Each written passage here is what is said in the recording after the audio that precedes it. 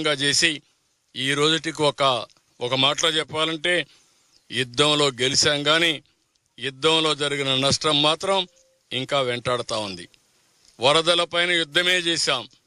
యుద్ధంలో కూడా ఒక విధంగా మనం ఆలోచిస్తే యుద్ధంలో కొన్ని లక్షణాలు ఉంటాయి. సాయంత్రం 5 అయితే సన్సెట్ అయితే విరామం, అది యుద్ధ ధర్మం. మళ్ళా నెక్స్ట్ డే తెల్లవారితో సూర్యోదయం అయిన తర్వాతనే యుద్ధం ప్రారంభం అవుతుంది. రాత్రి రెస్ట్ తీసుకోవచ్చు. కానీ ఈ యుద్ధంలో మాత్రం రాత్రి రెస్ట్ తీసుకుంటే ఏమవుతుందో తెలియదు. ఇక్కడ రామానాయుడు గారు ఇక్కడే కూర్చొని మనుషులు పెట్టుకొని ఇక్కడే తూలుతూ ఈయన పనిచేస్తే అందరూ కూడా ఇదే స్ఫూర్తితో ఎక్కడికక్కడ రాత్రింబగుళ్ళు పనిచేశారు.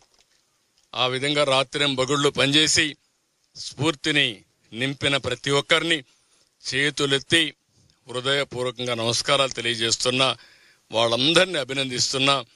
ఇది సమాజం కోసం మీరు చూపించిన చొరవ, ఈ స్ఫూర్తి శాశ్వతంగా ఉంటుంది. వాళ్ళందరినీ మరొక్కసారి అభినందిస్తూ దీంతోనే పని అయిపోలేదు, ఇంకా చాలా చేయాల్సింది ఉంది. ఎన్యూమరేషన్ స్టార్ట్ చేశాం.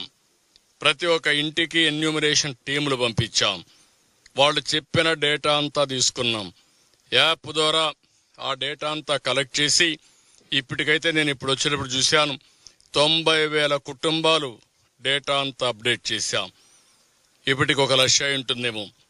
అది అయిన తర్వాత మొత్తం రేపు సాయంత్రానికి డేటా అంతా వస్తుంది. ఇక్కడే కాదు, రాష్ట్రంలో ఇంకా కొన్ని ప్రాంతాల్లో గ్రామాలు లంక గ్రామాలు దెబ్బతిన్నాయి. కొల్లేరు ప్రాంతం దెబ్బతినింది. ఏలూరు రిజర్వాయర్ వల్ల కింది ప్రాంతం దెబ్బతినింది. విశాఖపట్నంలో ల్యాండ్ స్లైడ్ వల్ల కొన్ని దెబ్బతినే పరిస్థితికి వచ్చాయి. అవన్నీ కూడా అధ్యయనం చేస్తున్నాం. రేపు ఎల్లుండో 10 రోజులు నేను ఇక్కడే ఉన్నాను. ఎందుకంటే ఇది ఒక భయంకరమైన విపత్తు, ఎప్పుడు రాని విపత్తు. ఏ ఒక్క నిమిషం కూడా నేను కానీ మిగిలిన కానీ ఏమారితే చాలా ఇబ్బందులు వస్తాయని ఇక్కడే ఉన్నాను. అయితే ఎప్పటికప్పుడు టెలికాన్ఫరెన్స్లు పెట్టి మా అధికార యంత్రాంగాన్ని, మా కలెక్టర్స్ అందరినీ యాక్టివేట్ చేశాను. వాళ్ళందరూ యాక్టివ్గా ఉండి ఎక్కడికక్కడ ఏ విధంగా చేయాలనో ప్రాణ నష్టం లేకుండా చేశారు. పంటల ఆస్తుల నష్టం కూడా తగ్గించారు. ఇప్పుడు రీహాబిలిటేషన్ కూడా చేస్తున్నారు. అది కూడా చేసి మినిస్టర్స్ కూడా అక్కడికి వెళ్ళి ఎక్కడికక్కడ కోఆర్డినేట్ చేసుకున్నారు. ఈ సమయంలో మీడియాను కూడా అభినందిస్తున్నాం.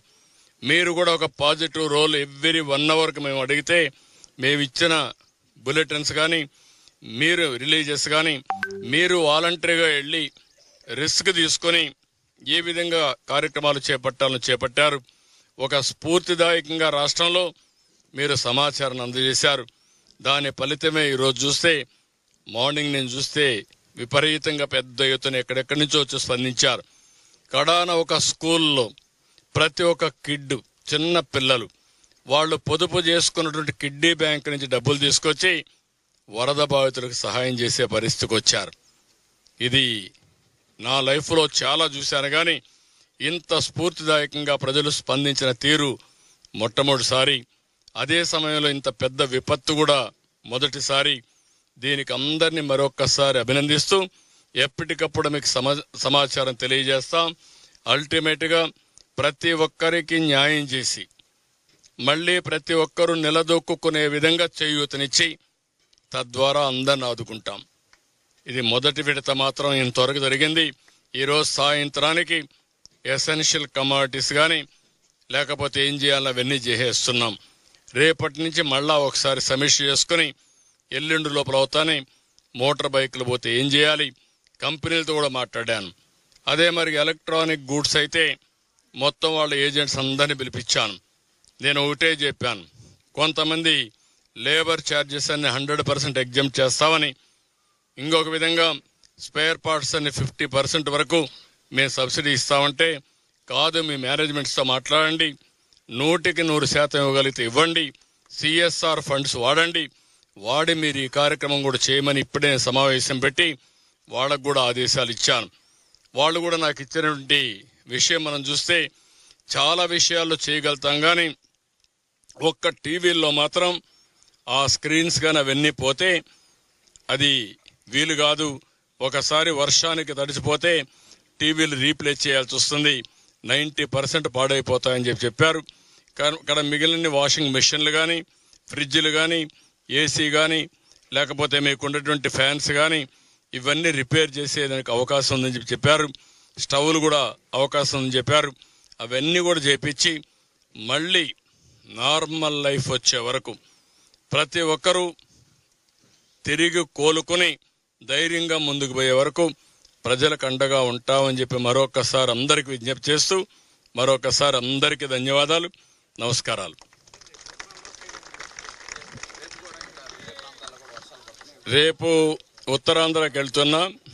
ఉత్తరాంధ్రకి వెళ్ళి ఏలేరు బాధితులు కానీ, విశాఖపట్నం కానీ పరామర్శిస్తాను.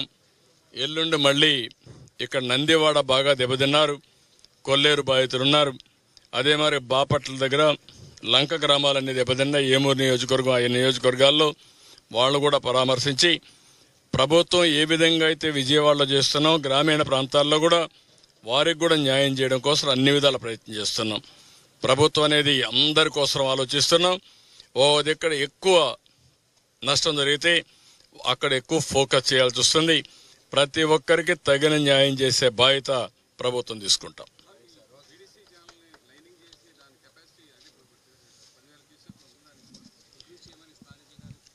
తప్పకుండా ఇది శాశ్వత పరిష్కార మార్గం చూపించాలి.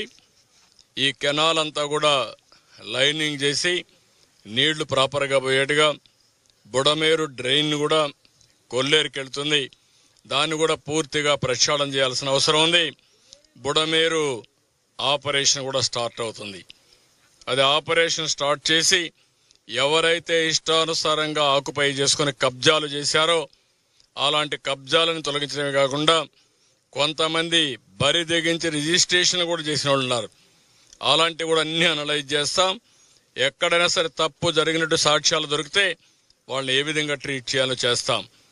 దురదృష్టం ఏంటంటే ఈరోజు రాష్ట్రంలో నేరస్తులు రాజకీయ ముసుగులో మాట్లాడుతున్నారు. ఆ ముసుగు తొలగిస్తా. ఒకవేళ మీరు ముసుగేసుకొని వచ్చినా నేరస్తుల్ని నేరస్తులుగానే పరిగణిస్తాం తప్ప నేరస్తులు ముసుగేసుకొని వస్తే భయపడే సమస్య ఉండదు. ఆ విషయం మీరు గుర్తుపెట్టుకోవాలని హెచ్చరిస్తున్నా.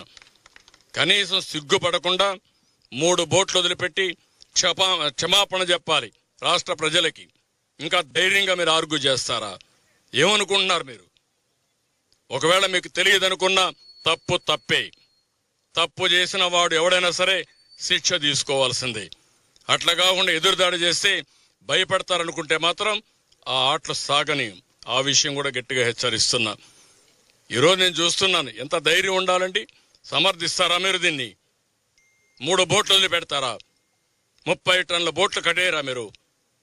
లంగర్ లేదా మీకు? ఎవడు పెట్టుకు చేంతాడేసి కడతారా మీరు? ఎవడు చెప్పాడా నీకు ఇది? మీరు మనుషులా? మీరు కృష్ణా నదిది, కిందన ప్రకాశం బ్యారేజ్ ఉంది, పైన 30 టన్నుల బోట్ని మొన్నటి వరకు ఇసుక దోపిడీ చేయడానికి వాడిన బోట్ని వదిలిపెడతారా? రంగులేసుకొని వస్తారా మీరు? అంటే రంగులేసుకొని వస్తే, రాజకీయ ముసుగేసుకొని వస్తే మేము భయపడిపోవాలనా? What are you talking? ఏమనుకుంటున్నారు మీరు? ఏదో కావాలని చేస్తున్నారంట. అంటే మీరు ప్రాజెక్ట్ నాశనం చేసినా మీరు మాట్లాడుతూ ఉంటే మేము చూస్తూ ఊరుకోండాలా? మీరు ఈ మారిగా ఎక్కడికక్కడ గండ్లు పెట్టి ప్రజల జీవితాలు నాశనం చేస్తే మేము కష్టపడుతూ మిమ్మల్ని ఒక మాట అనకుండా ఉండాలనా? ఏమనుకుంటున్నారు? ఒక సాక్షి పేపర్, పనికిమాల పేపర్ ఉందని, ఒక సాక్షి టీవీ ఉందని తప్పుడు వార్తలేసి ప్రజల్ని